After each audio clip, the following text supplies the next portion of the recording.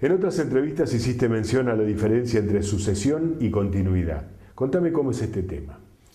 Bueno, sí, la verdad que es muy interesante encararlo con ese cambio. Hay una cuestión fundamental que es entender que la idea de sucesión, que si bien está muy arraigada y se viene hablando mucho del tema de sucesión, es prácticamente un abordaje erróneo. ¿Erróneo por qué? Primero porque cuando uno habla de sucesión habla de un reemplazo, digamos, de un dejar de lado a alguien para poner a otra persona.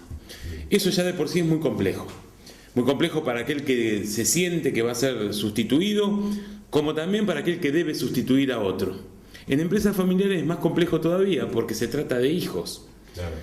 Y si a esto le sumamos que el perfil del emprendedor, que fue el que inició la empresa familiar en general, posee y cumple con una cantidad de requisitos para poder cubrir ese perfil, como son tolerancia a la incertidumbre, capacidad de planificación en el mediano y largo plazo, tener esta capacidad de tolerar la angustia que genera no tener certeza de los resultados, una capacidad de acción y una capacidad de, si se quiere, de audacia muy elevada, que es entendible en un momento donde no se poseen bienes, donde no se tiene seguridades y donde se inicia.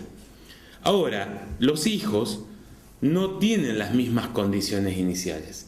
Los hijos tienen otras condiciones iniciales. Tienen una organización que, si bien la han visto muchas veces crecer, saben que hay ciertas seguridades que las tienen incorporadas, saben que hay ciertos respaldos que los tienen ya sentidos desde chicos. Entonces, naturalmente, se ven dificultades o problemáticas para abordar ese tipo de perfil. ¿Qué pasa entonces? Estamos empezando a pensar que un hijo tenga el mismo perfil o un perfil superior a un padre cuando no se dan las condiciones ni del entorno ni del desarrollo para que eso se dé. Ahí empieza el primer problema.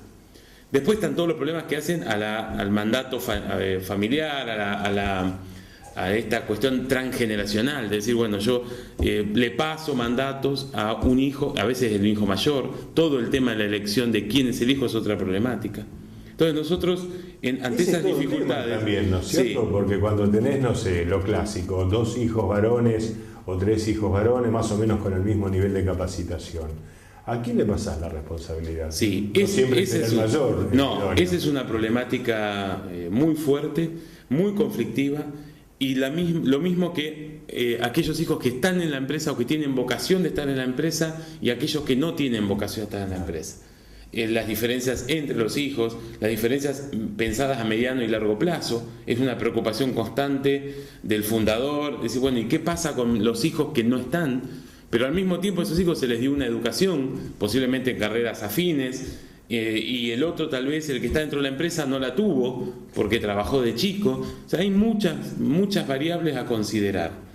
Nosotros hacemos un cambio ahí sustancial en esto, que es correr el foco del traspaso uno a uno en personas y poner el foco en el cambio de gestión.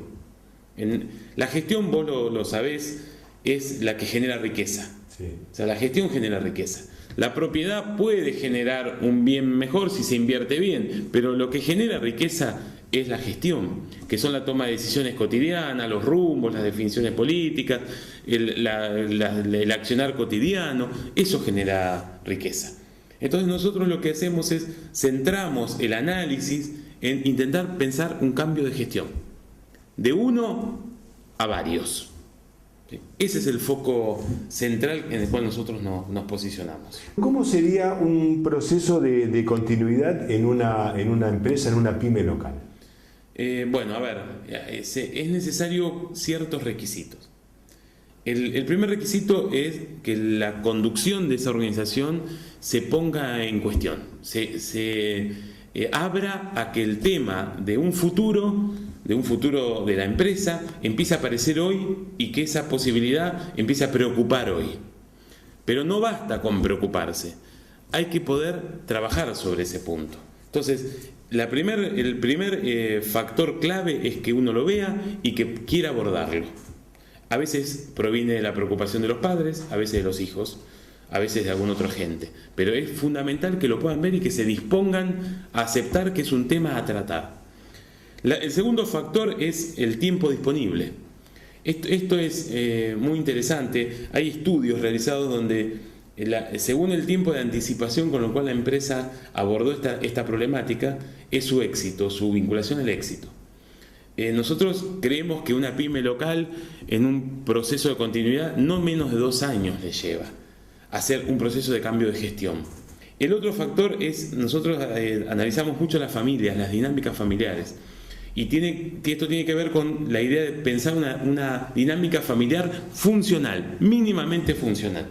No estamos hablando de familias sanas, familias enfermas, sino familias que tienen ciertos códigos de funcionamiento en los cuales se puede decir las cosas, hay un afecto que une, hay una posibilidad mínima de escucha. Digo mínima porque aunque sea con mínima alcanza, existe una posibilidad de modificar ciertas conductas. Entonces, esos rasgos, más algunos otros, hablan de una familia mínimamente funcional. Eso permite hacer un abordaje de este tipo. Si no hay cierto grado de funcionalidad, y no las hay en algunas empresas, claro, en algunas familias, perdón, si no la hay, es muy difícil trabajar esto. Son las empresas que eligen otro camino. El emprendedor se mantiene y se perpetúa, genera una situación de muchísimo roce con sus hijos, nunca está satisfecho con nada, sus hijos sufren, se terminan yendo y la empresa termina en general en manos de nadie o vendida o desaparecida. En el caso que un empresario se sienta identificado en esta problemática que estás planteando y quiera hacer una consulta profesional con ustedes, ¿cómo se puede contactar? Mira, el camino más sencillo es la página web, que es www.giardelli-mediogonzalez.com. Ahí generalmente es un canal muy privado, eso es interesante porque muchas veces estas primeras consultas requieren una entrevista o 2 entrevistas o 3 entrevistas que son preliminares para ver si realmente este tema se puede abordar. Bien. Entonces ahí se pueden comunicar fácilmente. Bien. Y a partir de ahí ya hacemos un contacto personal y nos encontramos. En general se hacen así 2 o 3 entrevistas personales y a partir de ahí se ve la factibilidad de trabajar juntos.